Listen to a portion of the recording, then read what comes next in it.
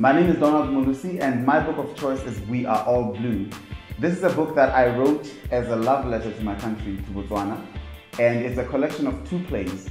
The first one is called Blue, Black and White, and the second is called Motswana, Africa Dream Again.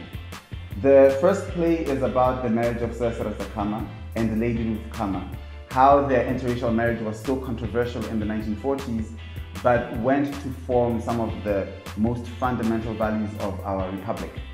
And the second play is about how we have experienced being a republic over the last 50 years.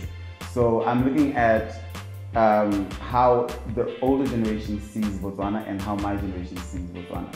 And this is the first time that drama has actually moved from the stage to a book in Botswana. So this is worth celebrating, and I hope to share it with a lot of people as we celebrate 50 years as a country.